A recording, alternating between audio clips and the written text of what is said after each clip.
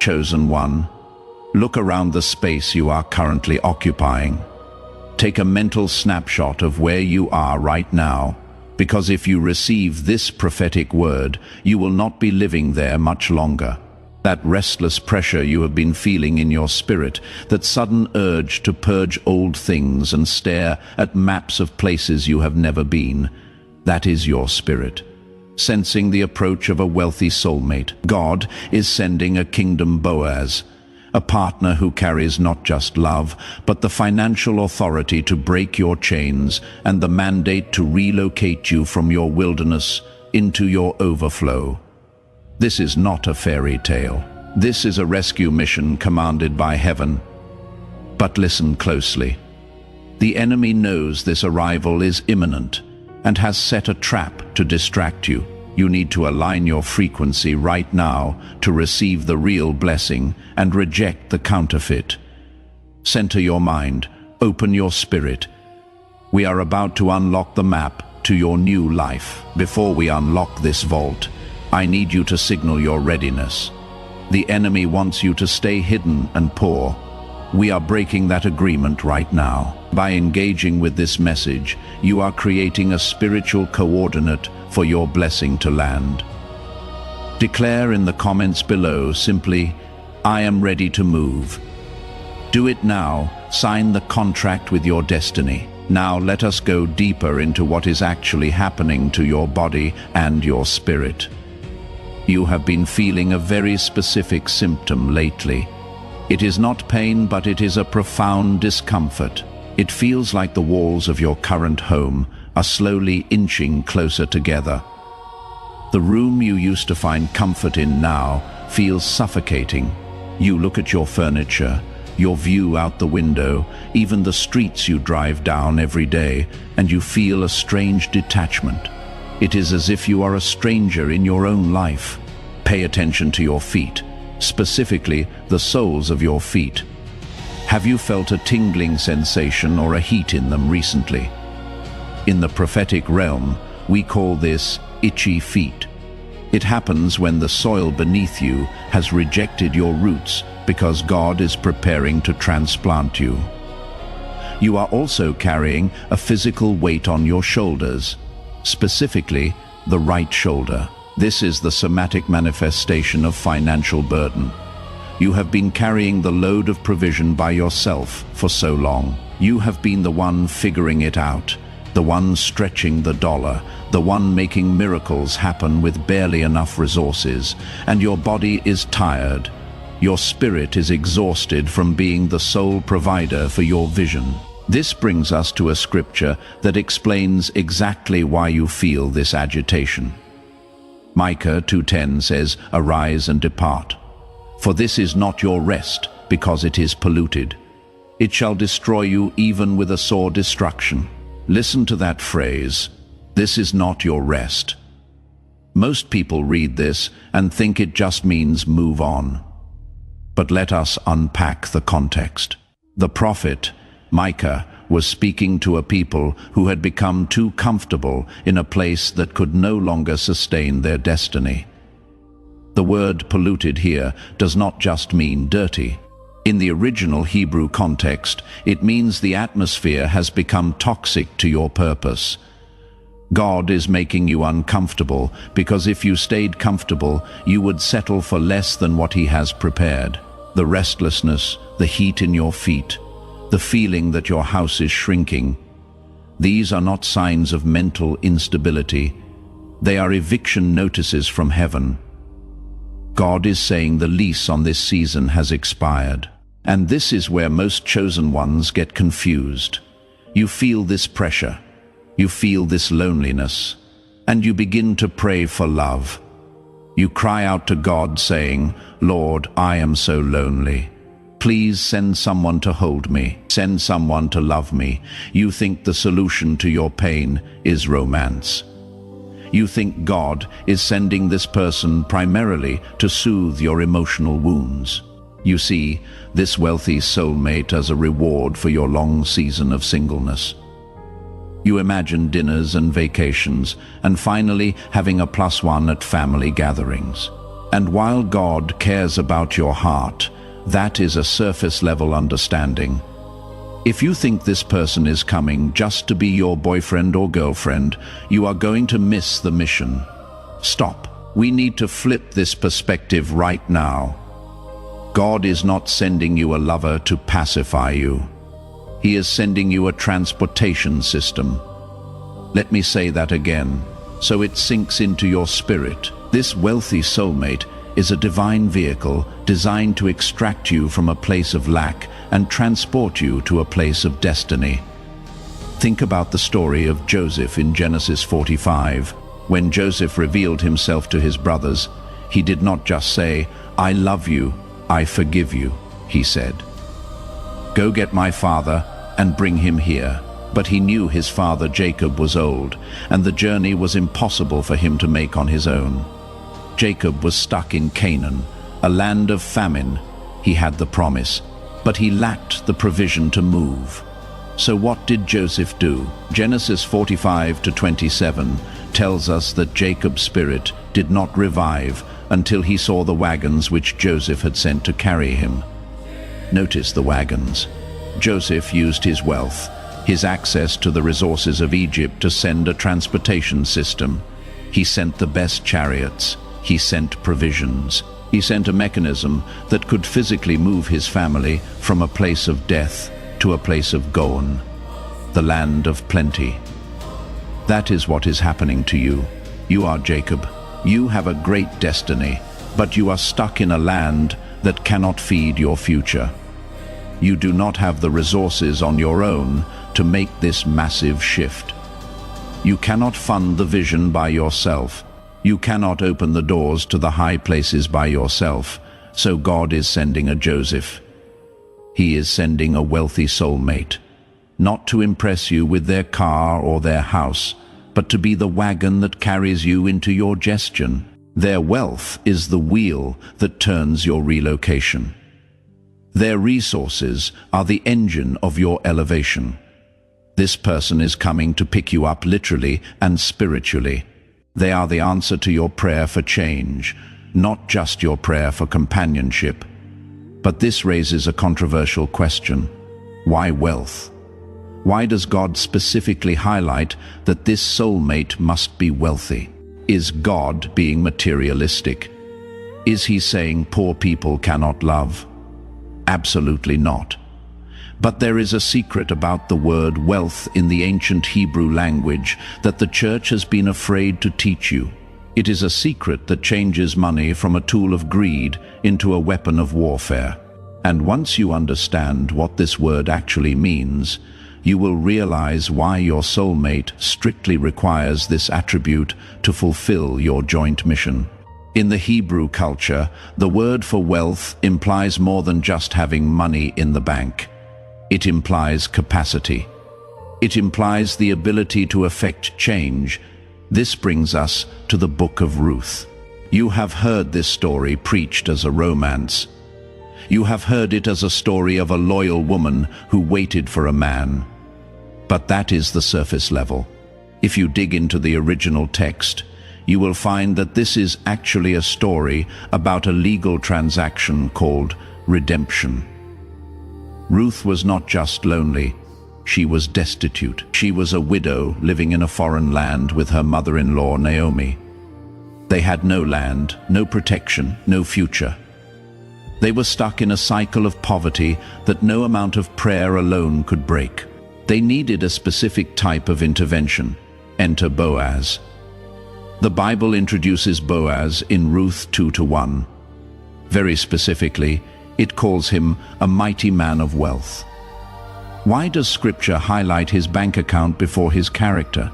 Because in order to be a kinsman redeemer, or in Hebrew a goel, Boaz needed three things. First, he needed the right. He had to be a blood relative. Second, he needed the will. He had to want to save them. But third, and this is what everyone misses, he needed the means. Is less than Hashon. 5 hash is greater than if Boaz had been a kind man, a loving man, a prayerful man, but a broke man. He could not have saved Ruth. He could not have redeemed Naomi's lost land because redemption required a payment. He had to pay off the debts of their past to unlock the potential of their future. Do you see it now? God is sending you a Boaz, not because he is shallow, but because he knows the cost of the vision you are carrying. You are sitting there with a massive calling on your life. You have businesses to start, charities to launch, books to write, generational curses to break. But you are blocked by a lack of resources. You are spiritually rich but financially restricted. God is looking at your situation and saying, I cannot just send you a prayer partner. I need to send you a partner of means. I need to send you someone who has the capacity to write the check that clears the debts of your past so you can step into your destiny. This redefines everything. This is not about finding a sugar daddy. Let us be very clear. A sugar daddy is a transaction of lust where you trade your dignity for dollars. That is a demonic counterfeit. The wealthy soulmate God is sending is a vision funer. Think of them as a kingdom venture capitalist. They are not buying you. They are investing in the anointing on your life. They recognize that you carry the spiritual DNA to birth, something that will change the world. And they are bringing the financial DNA to make sure it survives birth. It is a partnership of power. You bring the vision, they bring the provision. You bring the revelation, they bring the resources. Together, you become a dangerous weapon against the kingdom of darkness. But here is the catch, and this is where most chosen ones fail the test. This blessing almost always requires you to move. It requires relocation. Boaz did not move into the tent with Ruth and Naomi.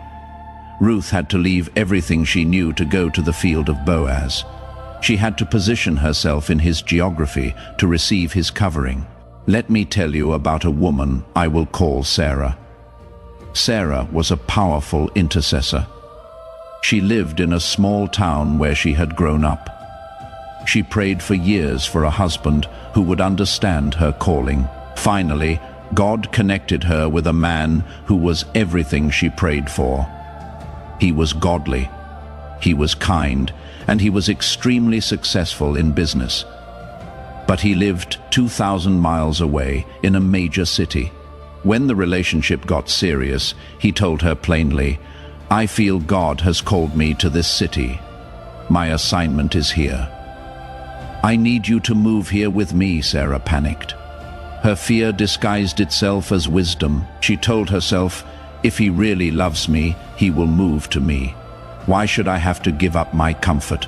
Why should I leave my family? Her friends, the ones who were secretly jealous of her blessing, whispered in her ear, saying, do not go. You will lose your identity. For 3 months, she resisted. She tried to negotiate with the blessing. She told God, Lord, bring him here. But the man could not move, not because he was stubborn, but because his wealth was tied to his geography. His assignment, which was the very thing that would fund Sarah's ministry, was rooted in that city. Sarah almost missed it. She sat in her room one night, feeling that same itch in her feet, that same pressure in her spirit that you are feeling right now. And she realized that her small town was a container she had outgrown. The discomfort was not a warning to stay. It was the growing pains of elevation. She took the leap. She packed her bags. She moved, and here is what happened. Within 6 months of relocating, not only did she marry this man, but her own ministry exploded. The city he lived in had the exact network, the exact connections, and the exact spiritual hunger that her ministry needed to thrive. She realized something profound. The man was not just a husband, he was the transportation system to get her to the location of her purpose. If she had demanded he come to her, she would have killed the seed of her own destiny. You need to understand this chosen one. Your location matters. Your geography dictates your growth. You cannot grow a palm tree in Alaska, no matter how much you pray over it. God is sending this person to pull you out of the soil that is choking you and plant you in the soil where you will bloom.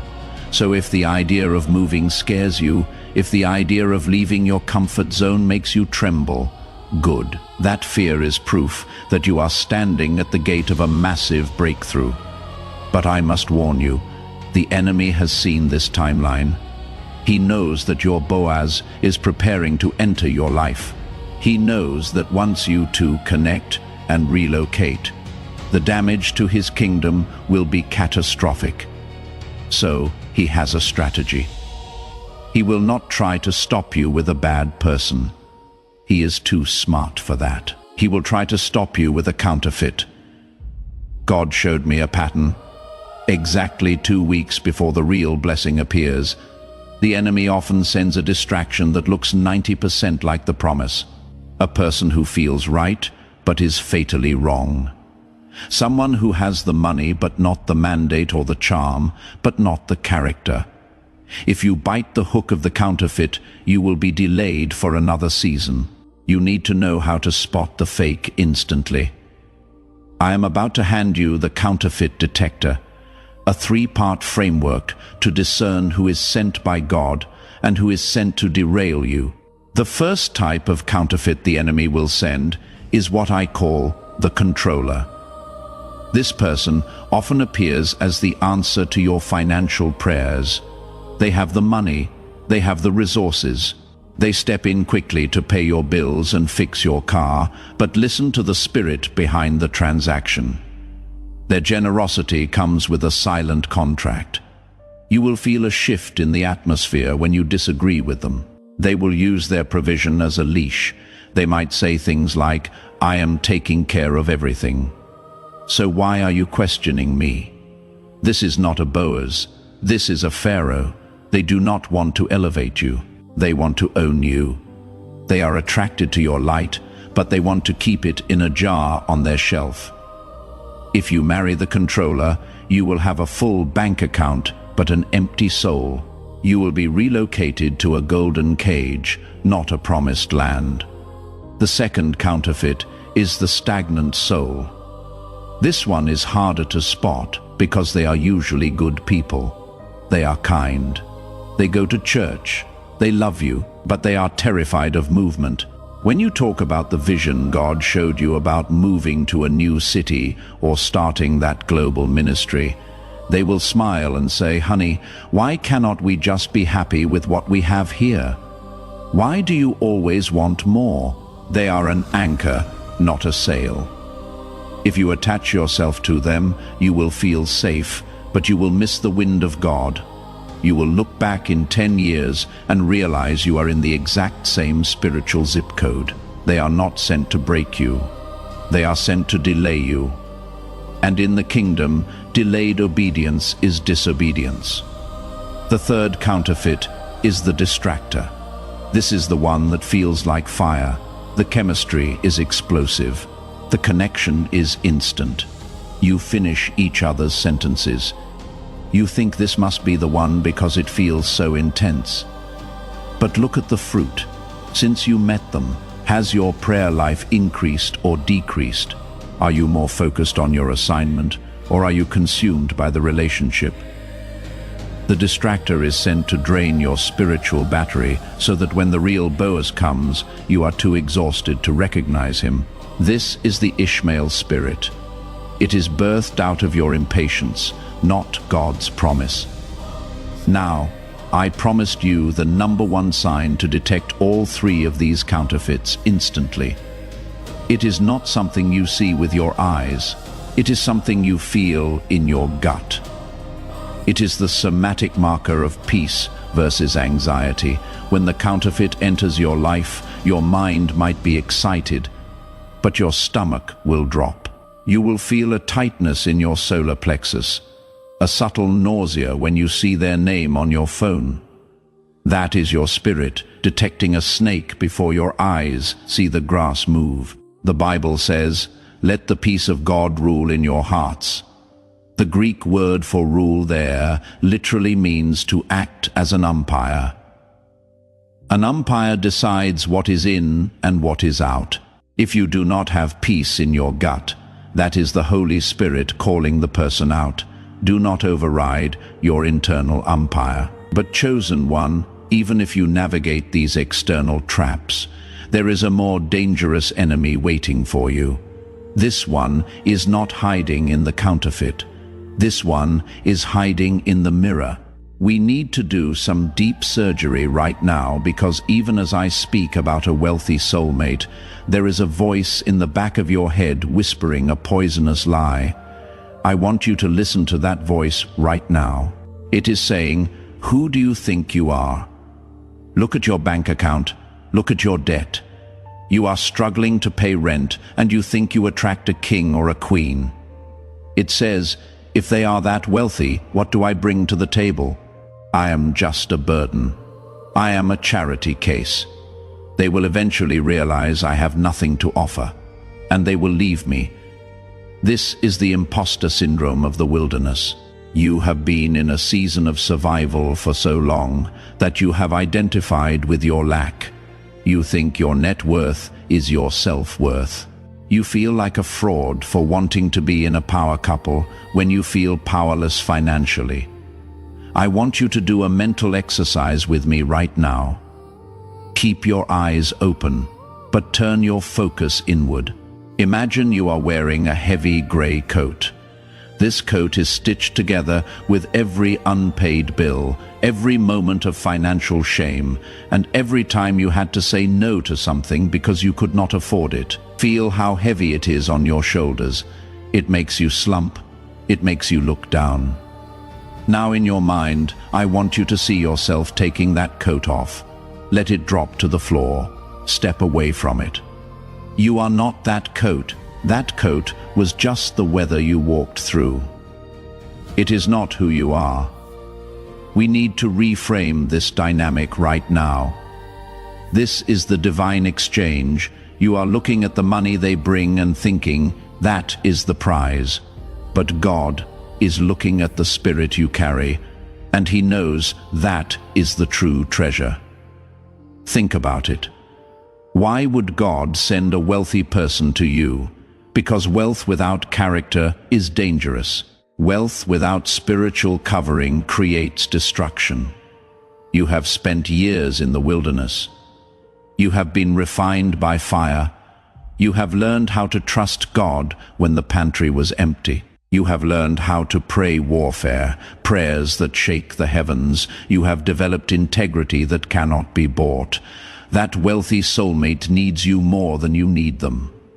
They have the gold, but you have the glory. They have the finances, but you have the fortitude. Without your anointing, their wealth is vulnerable to the enemy. You are not a charity case. You are a spiritual security system for their assignment. You are bringing the oil that keeps their lamp burning. You are bringing the wisdom that stops them from making catastrophic decisions. You are the Ezer Kadau, the warrior helper who covers their blind spots. So stop measuring your value by your wallet in the kingdom. Currency is not cash. Currency is anointing. And you chosen one are a billionaire in the spirit. When you walk into that relationship, you walk in with your head high. You are not being rescued, you are being recruited. And this leads us to the most shocking revelation of all. You have asked why God is putting you two together. You think it is for happiness. You think it is for comfort. But God showed me the real reason, and it actually terrified me at first. The purpose of this union is not peaceful. The purpose is war. There is a specific reason the enemy has fought your finances and your relationship so hard. He knows that when your spiritual authority marries their financial authority, it creates a weapon that will terrorize the kingdom of darkness. Let me explain the power couple assignment that is waiting for you and why it requires you to be battle ready before you even say hello. You have been sold a fairy tale that says God brings two people together just to make them happy. That is a lie. God brings two high-ranking spirits together to make them dangerous. The reason the enemy has attacked your love life so viciously, and the reason he has attacked your future partner's finances so relentlessly, is because he knows what happens when you two finally meet. This is not a marriage. This is a merger. When your spiritual authority combines with their financial authority, it creates a dominion that terrorizes the kingdom of darkness. You are not being paired up to sit on a porch and drink tea. You are being paired up to take territory. God is sending you a wealthy soulmate because the assignment on your collective lives is too expensive for poverty. You are called to build orphanages. You are called to fund revivals. You are called to influence laws and culture that requires capital. In the hands of the world, wealth is for luxury, but in this union, wealth is fuel for war. It is the ammunition you need to destroy the works of the enemy. And this is where your identity needs to shift immediately. You have likely been taught that your role is to be a helper. And in modern culture, we interpret helper as an assistant, a sidekick, someone who brings the coffee while the main character does the work. That definition is an insult to your creation. Let us go back to the original Hebrew in Genesis 2:18, when God said, "I will make a helper suitable for him." The Hebrew phrase used is izado. Listen to me.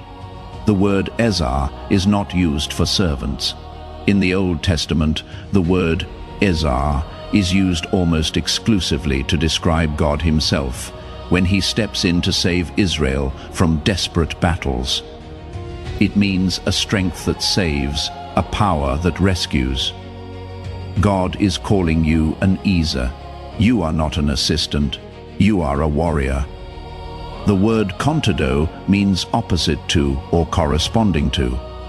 It is like two hands pressing against each other. It implies equal pressure, equal strength. Your wealthy soulmate is coming with the weight of the world on their shoulders. They are navigating high-level spiritual warfare in the marketplace. They are dealing with wolves in business suits. They are under constant attack because of their influence. They do not need a servant. They need a shield. They need someone with the spiritual rank to cover their blind spots. When they are exhausted from the boardroom, they need you to stand in the war room. When the enemy tries to attack their mind or their integrity, they need your discernment to intercept the arrow before it hits. That is why you had to go through so much trauma. That is why you had to learn how to fight devils on your own. God was training you to be an Ezer. He was building your spiritual muscles so that when this person arrives, you are strong enough to handle the weight of their destiny. You are the secret weapon in their arsenal. Without you, they are exposed. Without you, their wealth will destroy them. You are the anchor that keeps the ship from capsizing in the storm of success. This brings us back to the relocation. Now you understand why you have to move. You are not moving just for a better view. You are being deployed. God is moving you to a strategic geographic location where your combined influence can do the most damage to the enemy. That is why you feel the urge to go to a specific city or a specific nation. It is not a whim, it is a strategic positioning on God's chessboard. He is moving you from the background to the forefront. He is taking you from a local assignment to a global mandate, and he is funding it through this connection. So I need you to kill the small thinking right now. Stop asking God for a partner who just treats you nice. Start asking God for your running mate. Start asking for the person who is designated to run this race of dominion with you. But here is the urgent reality. This person is already in motion. The timeline has been set. The angels have been dispatched. But you cannot just sit on your couch and wait for the doorbell to ring. Passive waiting is not faith. It is laziness. If you do not prepare your vessel for this level of outpouring, you will crack when the oil starts to flow. You need to actively prepare your spirit, your mind, and your environment to receive this king or queen. If you stay exactly as you are tonight, you might miss them when they walk past you tomorrow. There is a specific spiritual protocol you must activate immediately. It is called the Esther Protocol, and we are going to walk through it step by step right now. In the book of Esther, before the queen could enter the presence of the king, she had to undergo 12 months of preparation, 6 months with oil of myrrh, and 6 months with sweet odor. She did not just walk in off the street. She had to be processed. You cannot meet your wealthy soulmate smelling like your wilderness. You cannot enter a covenant of dominion while you are still carrying the scent of your trauma. If you want to attract a king or a queen, you must activate the Esther Protocol starting tonight. The first step is the oil of healing. Myrrh is a bitter herb, but it is used for purification. This represents the deep scrubbing of your soul from the residue of toxic relationships. Many of you are praying for this new person, but your spirit is still holding on to the fingerprints of the last person who mishandled you. You are carrying the bitterness of the one who stole from you. You are carrying the defensive walls from the one who lied to you. If your wealthy soulmate walked in right now, they would sense that bitterness. To a person of destiny, bitterness smells like a repellent. We need to wash that off right now. I want you to engage in a spiritual act with me. You do not need to move your hands. Just move your imagination. Close your eyes for a second, if it is safe to do so, or just soften your gaze. Visualize yourself standing under a waterfall of liquid light. This is the oil of the Spirit. In your mind, watch as that oil touches the top of your head and flows down. As it moves, imagine it dissolving every fingerprint that was left on your soul without your permission. See the anger washing off your skin like black soot. See the disappointment flowing off your shoulders. Tell yourself internally, I release the debt they owe me. I release the need for an apology. I am washing myself clean for the new season. Feel the weight lifting. You are becoming fragrance instead of defense. The second step of the protocol is the garment of praise. This is a shift in your language. You cannot speak the language of a victim and attract a victor. You cannot talk about how broke you are, how hard life is, and how nobody wants you, and then expect a kingdom financier to be attracted to you. Wealth is attracted to vision, not desperation. Starting today, you must change your frequency. When you look at your bank account, do not say, I am broke. Say, I am in preparation for overflow. When you look at your empty bed, do not say, I am lonely. Say, I am sanctifying this space for my covenant. Your words are the landing strip for your blessing. The third step is the royal mindset. This is about stewardship. This is the test most chosen ones fail. You are waiting for the millions to arrive before you start acting like a manager. But kingdom economics work in reverse. If you cannot steward the $100 you have now, you will not be able to steward the millions they bring. If your car is filled with trash, why would God entrust you with a fleet? If your current apartment is chaotic, why would God move you to a mansion? The chaos in your environment is a reflection of the chaos in your mind, and it blocks the arrival of high-order blessings. We need to perform a micro-action of faith. I want you to mentally walk through your home right now. Visualize your front door. Walk into your living room. Walk into your bedroom. Look at it through the eyes of the king or queen who is coming. Is there room for them? Is there space in the closet? Is there a side of the bed that is open? Or have you filled the whole space with your own baggage? Let me tell you about a woman named Elena. Elena was praying for her husband for 5 years. She was a powerful woman of God, but she was stuck. She felt that same itch to move that you feel. One day while praying, God told her, "Clear the closet." She looked at her closet. It was packed tight with old clothes, things she had not worn in years, boxes of memories from high school. There was literally not 1 inch of space.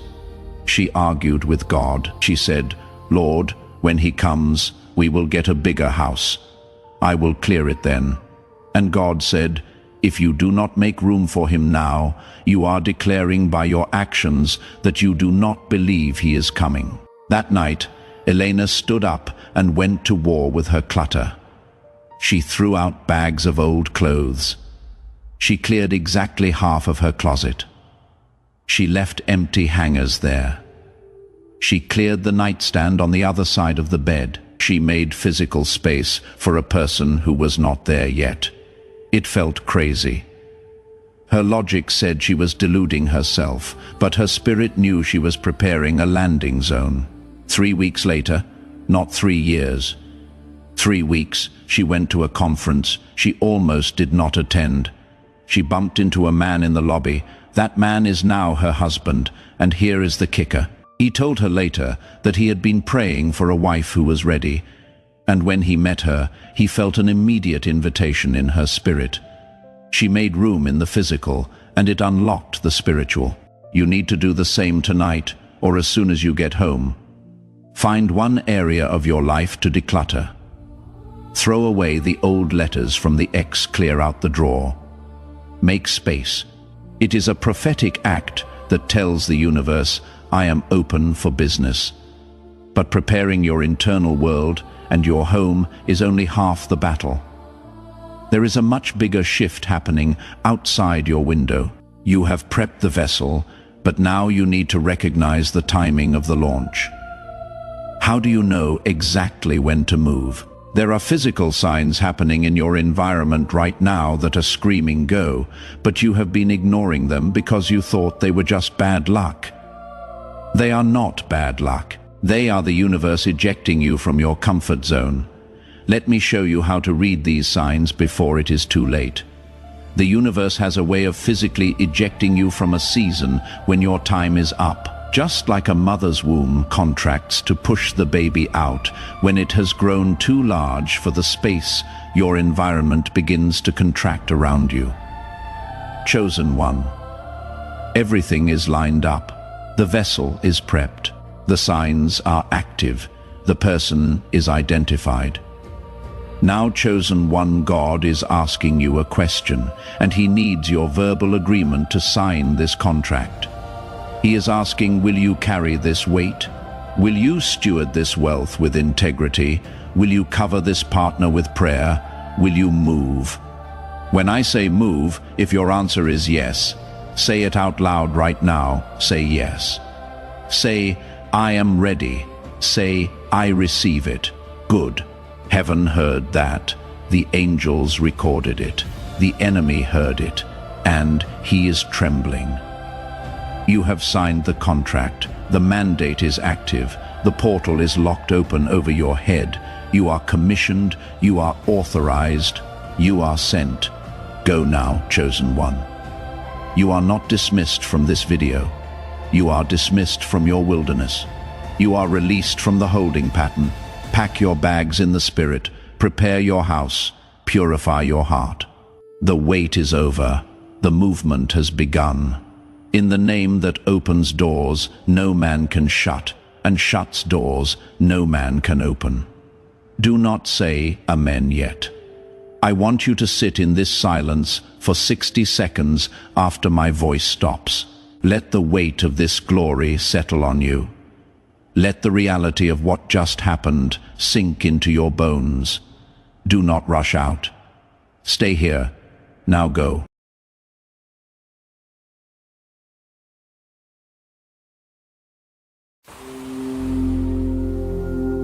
Chosen one, if you're listening to this right now, take it as a sign written into your day by God Himself.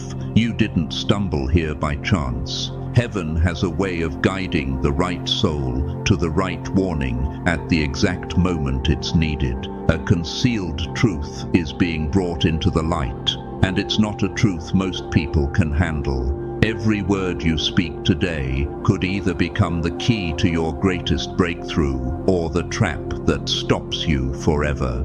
There are massive plans moving behind the curtain of what you can see, and they are moving in your favor.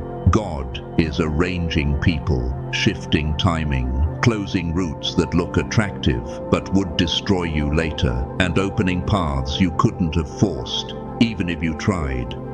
But this kind of divine construction demands privacy.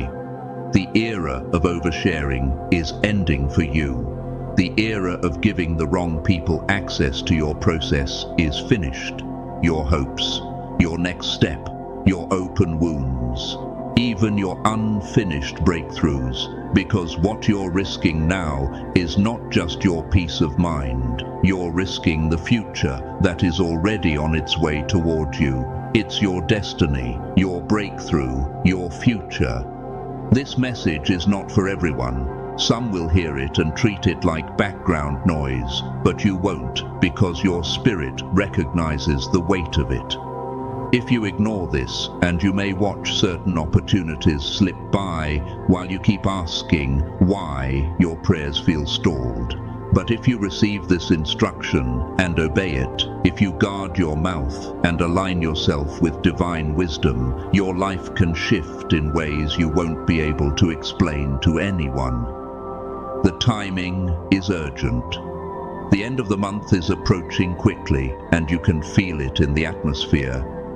This is a hinge moment. Will you rise, or will you fall into another cycle because you couldn't resist talking, defending, confessing to the wrong ears, seeking validation from people who aren't assigned to your destiny? If you are truly chosen, you'll stay with this message and let it work on you to the very end, because something in you already knows it was aimed directly at your spirit.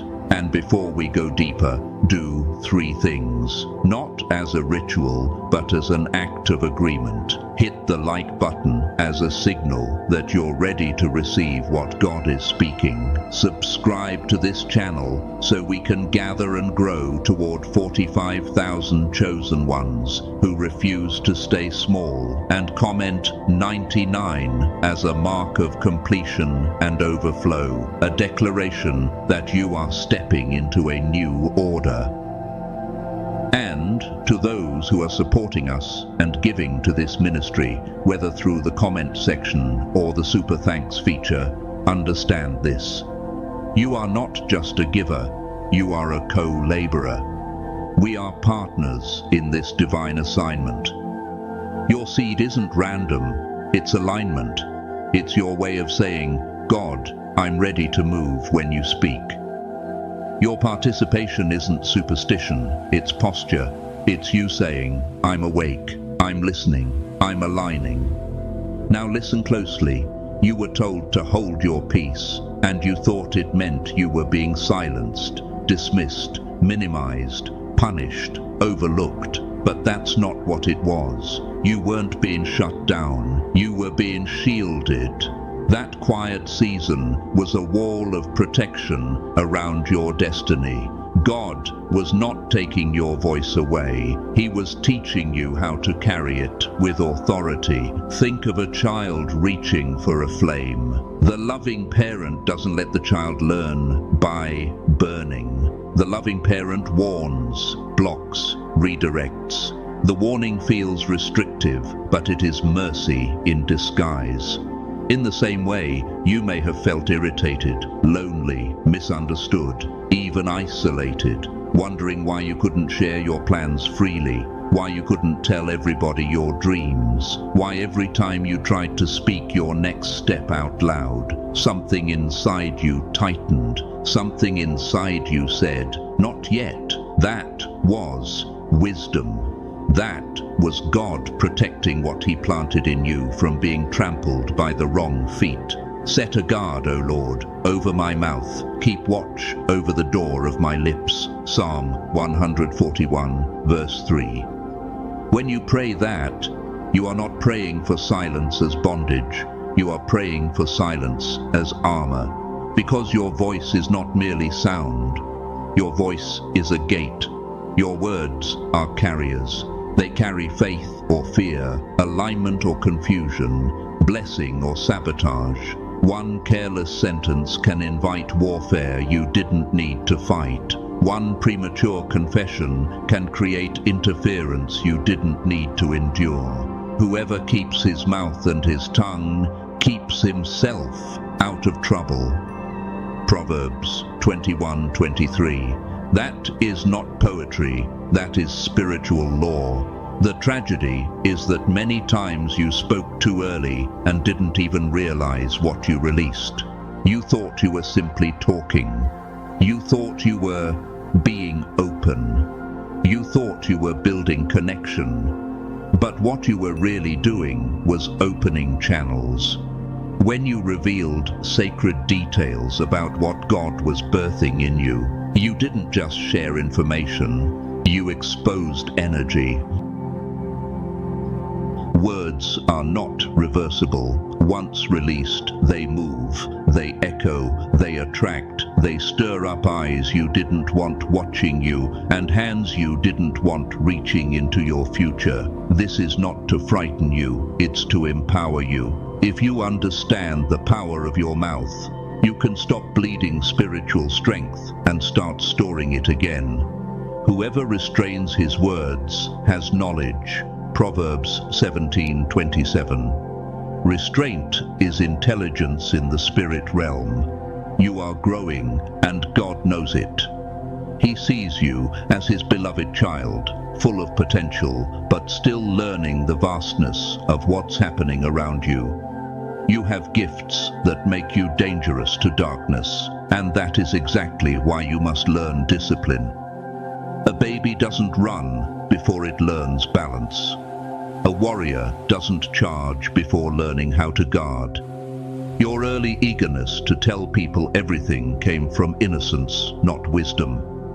God understood, and he guided you gently, telling you to be quiet so you wouldn't stumble into traps you weren't prepared to recognize. This season of learning is not delay, it is apprenticeship, it is holy training. Many of the ones God used greatly were formed in hidden places before their names were spoken in public. Some revelations are not meant for crowds. Some instructions are not meant for casual conversation. Some victories are not meant to be announced while they're still in seed form. But as for you, when you pray, go into your inner room and shut the door. Matthew 6:6. There are things God does best in privacy, and there are things that only survive when they are protected from unnecessary exposure. And yes, the truth is sharp, but you need it. You have risked too much by speaking too soon. In moments of excitement, in moments of vulnerability, in moments when you simply wanted someone to understand you, you handed sacred parts of your journey to the wrong people. And because of that, some blessings slowed down. Some doors did not open when they could have. Some progress felt like it kept stalling for no clear reason. You asked, why does it feel delayed? Why do I keep getting close and then something happens? And the answer, painfully, is that your mouth became a doorway. You allowed jealousy, skepticism, hidden agendas, and spiritual interference to enter through conversations that looked harmless. This is not shame, this is a wake-up call, because there is good news. It is not too late. This moment is a divine reset, a chance to close every leak, to seal every crack, to restore your authority by cutting off access. You can guard your sacred journey with fierce protection and trust God's timing to bring what is truly meant for you. What God designed for you will not be stolen when you learn how to protect it. The vision awaits its appointed time. It hastens to the end. It will not lie. If it seems slow, wait for it. It will surely come. Habakkuk 2:3. Waiting is not wasting. Waiting is guarding. Not everyone deserves to hear the blueprint God placed in your spirit. Sharing it casually is like placing treasure on a table in a crowded street and acting surprised when hands reach for it. The world is full of energy thieves disguised as friends, supporters, advisors, even family members who mean well in their minds but cannot handle what God put on you. Some people don't even realize they are draining you. They ask questions that sound caring, but their curiosity isn't pure. They smile, but their spirit competes. They compliment you, then privately resent you. And once you open your mouth, you give them a map. You give them a target. You give them something to talk about, something to doubt, something to twist, something to pray against without admitting it. That's why Scripture warns, be sober-minded, be watchful. Your adversary the devil prowls around like a roaring lion, seeking someone to devour. 1 Peter 5:8. Lions don't announce their attack with honesty. They stalk quietly. And one of the easiest ways to be stalked is to keep broadcasting where you're headed. Silence is not weakness. Silence is strength that has learned patience. Silence is a sword that stays sheathed until the right moment. And when it finally moves, it moves cleanly. You felt frustrated by quiet seasons because you assumed nothing was happening, but heaven was busy. God was working in ways you couldn't measure. Imagine a master builder constructing something priceless behind walls. Outsiders see nothing but barriers and assume no progress. But the builder sees foundations, structure, wiring, alignment. That is your life right now. What looks like stillness on the outside is orchestration on the inside. We know that for those who love God, all things work together for good. Romans 8:28. Even the delay, even the silence, even the isolation, even the disappointments that forced you back into prayer, they weren't random, they were shaping you. And let's go deeper, because you need to understand what's really been happening. There are powerful spiritual laws tied to manifestation, to identity, to the way your inner world shapes your outer world. God has not revealed everything at once, because revelation without readiness becomes a weapon turned against the carrier. Think of being handed a key that can open rooms you've never entered. If you use that key before you learn the layout of the house, you can lock yourself into danger. That is why God sometimes keeps certain mysteries hidden until your character can carry them. You are not being deprived, you are being prepared. And the day those mysteries open fully to you, you won't be fragile, you won't be easily shaken. You will be grounded, wise, and unstoppable, because your strength will match your calling. My word shall not return to me empty, but it shall accomplish that which I purpose. Isaiah 55:11. If God spoke it, it will happen, but your discipline decides whether you arrive in peace or in warfare. You may have wondered why your prayers felt answered in your spirit, but delayed in your timeline. Here is one painful reason. You spoke without divine timing. You opened windows in the middle of a storm. Imagine building a house and leaving every window wide open while wind, rain, and thieves rush in. You keep trying to decorate the living room while destruction keeps entering through open access points. Your words were those windows. Each time you told the wrong person what God was doing, you opened the frame wider. Each time you explained yourself, you opened it again. Each time you confessed fear in front of people who feed on your doubt, you opened it again. But when you commit to silence, you close those windows. You restore the seal. You recover peace. And then the same breakthrough that felt blocked comes back with force, often multiplied. Let us not grow weary of doing good, for in due season we will reap if we do not give up. Galatians 6:9. Your harvest is not cancelled, it is protected by obedience. Now hear this carefully. It's not only about people. There is an unseen realm, and your words ripple into it. When you share sacred matters without discernment, you create energetic pathways that allow interference to attach. That's why you might feel unexplained exhaustion, emotional crashes that make no sense, setbacks that seem to come out of nowhere, sudden confusion after certain conversations. It's because something was siphoned, something was accessed. Your words became the bridge, but you can shut it down. You can cut off the supply line. You can reclaim your energy by refusing to feed the wrong connections. Above all else, guard your heart, for everything you do flows from it.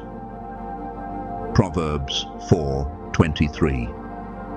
Guarding your heart includes guarding your mouth, because your mouth reveals what your heart is carrying, and spiritual predators listen for openings.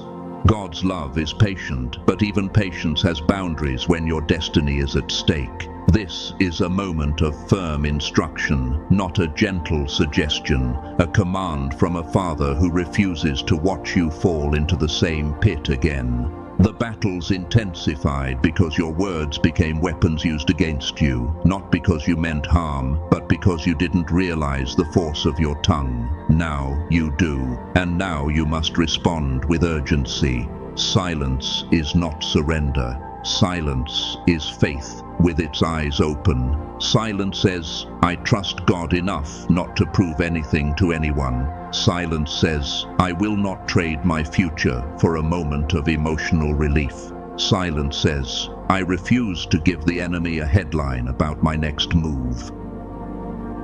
Put on the whole armor of God, that you may be able to stand against the schemes of the devil. Ephesians 6:11. One part of that armor is discipline, and discipline includes speech. Feeling alone lately? That loneliness is not rejection, it is refinement. It is God creating distance so you can hear Him without noise, so you can see clearly without constant opinions, so you can strengthen your spirit without being drained by endless explaining. Some seasons are designed to reduce your circle so your focus can increase. That wilderness is not meant to kill you, it is meant to train you. It is where appetite gets purified, where motives become clean, where character becomes strong, where you learn who God is without needing constant human confirmation.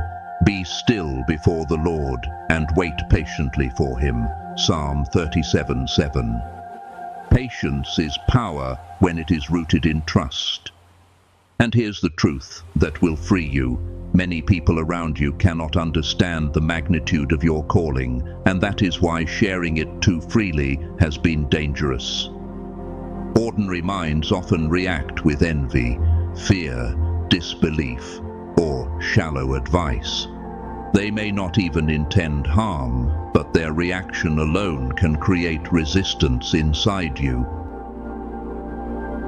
Some who look successful outwardly are weak inwardly. Some who seem confident are threatened in secret. They don't realize that what they're responding to is not just you, but God's hand on your life, and that hand confronts what's hidden in them. So stop trying to be understood by everyone. Your journey is not a public debate. It is a divine assignment. Your circle must become sacred. Your space must become protected. Your friendships must be tested. Your confidence must be proven. Because your next level requires boundaries, not explanations. The breakthroughs waiting for you are not small. They are not only earthly changes, they are shifts that will transform your life on multiple levels. Provision that doesn't make sense. Opportunities that arrive with precision. Spiritual authority that makes you unrecognizable to your old self. And manifestations that feel like God bending the timeline in your favor. But these things require one primary ingredient: obedience. Seeds must be covered to grow. If you keep uncovering them, showing everyone what you planted, you expose them to storms and pests. Your uncontrolled words have been like opening the gate to the storm. But disciplined silence protects the soil. And when the harvest comes, it will speak loudly enough. You won't need to announce it. It will announce itself. And I need you to hear the good news with clarity. You are not out of time. The door is not shut. The window is not closed. God is giving you a chance to reverse the damage of premature sharing. This is your moment to cut off draining conversations, to stop feeding negativity, to stop giving details to people who don't pray for you with a pure heart, to stop explaining your path to those who only want to measure you against their own limitations. Seal your mouth, seal your spirit, open your heart to God. Let the noise die, let the leaks close, let your strength return. It is good that one should wait quietly for the salvation of the Lord. Lamentations 3:26. Quiet waiting is not passivity. It is warfare done correctly. Prepare yourself, chosen one, because if you obey, the world will witness the fruit. Your name will carry weight. Your gifts will make room for you. Your influence will expand beyond what you imagined, not because you chased fame, but because you carried responsibility. Provision will align, doors will open, respect will come from places that once ignored you. But that rise will not be built on loud announcements. It will be built on quiet obedience. You were not born for smallness, you were born for purpose. You were not shaped by pressure for nothing. The waiting, the isolation, the sacrifices, the hidden tears, they were not wasted, they were foundation. And when God builds, He builds to last. Now let's speak plainly about what happened. You trusted too quickly. You opened your heart and gave sacred access to people who did not have the maturity, purity, or loyalty to hold it. Some carried poison in their intentions, even if they never admitted it. Some were hungry for control. Some were fueled by envy. Some smiled while secretly hoping you would fail, because your growth made them confront their own stagnation. When you spoke, you handed them keys. Your private details became tools. Your vulnerabilities became leverage.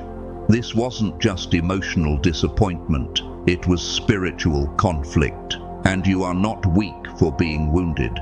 But you must become wise enough not to hand the knife back to the one who cut you. Boundaries are not bitterness.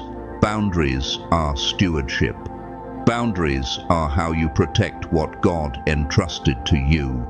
Your tongue, once innocent, has been used against you because you didn't know its weight. Every premature reveal shifted the atmosphere around you. Instead of building a bridge into your next season, your words opened doors to delay. Speaking recklessly is like firing arrows without checking where they land.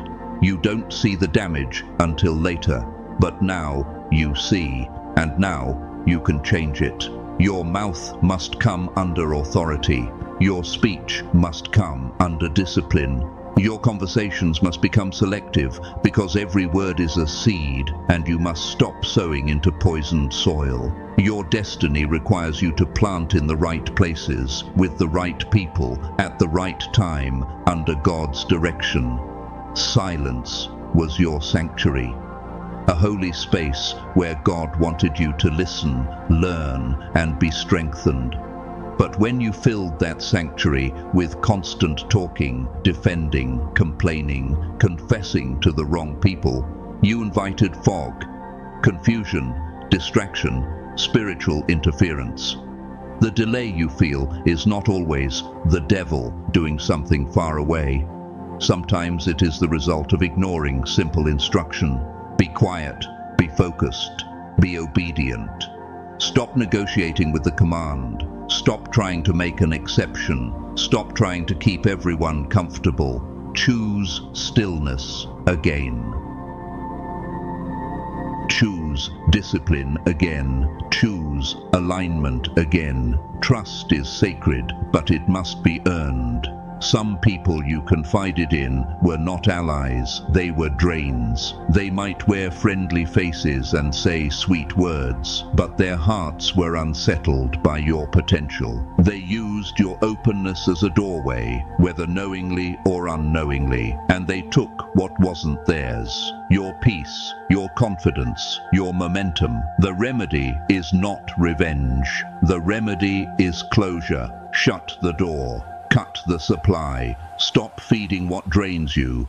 Guard your secrets like treasure. Share only with those whose hearts have been proven by time, fruit, and loyalty. Let your calling be carried with dignity, not broadcast for approval. Your journey is unique.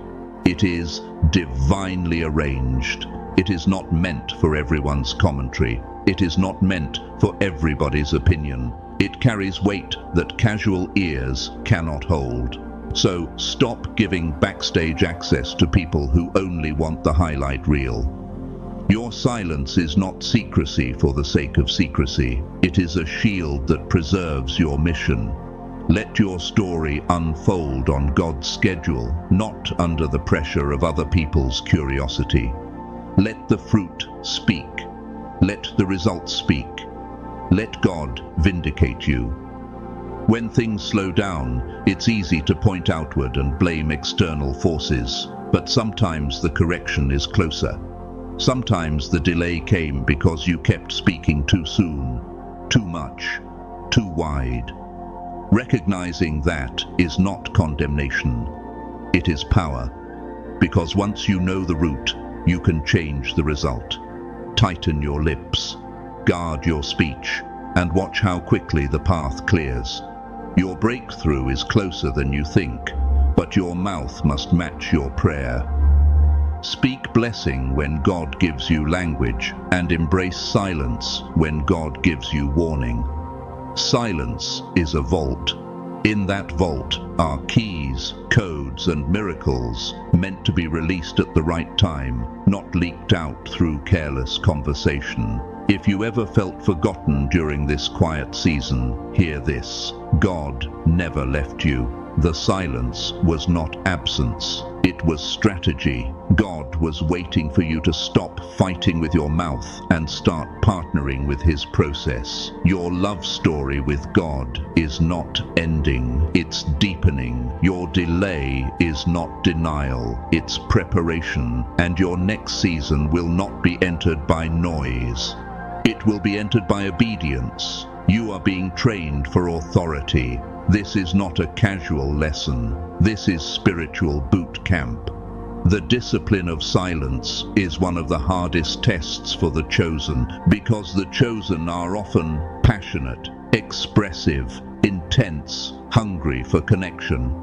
But your strength must be refined. Your words must be mastered, because the same tongue that can call down blessing can also call in trouble. The day you learn to speak only what God assigns, and to stay quiet when God commands, is the day your life stops feeling like a battlefield and starts functioning like a kingdom. So hear the final instruction with reverence. Your destiny is not a topic for debate. It is a gift from God. It is sealed with purpose. Stop explaining, stop negotiating, stop broadcasting, obey, be watchful, be disciplined, be quiet when it's time to be quiet. And when God finally says, "Now," your voice will not sound like desperation. It will sound like authority. It will sound like fire under control. It will sound like a trumpet at the right moment. And the world will not be able to stop what God releases through you. Because what is born in silence and guarded in wisdom cannot be easily stolen.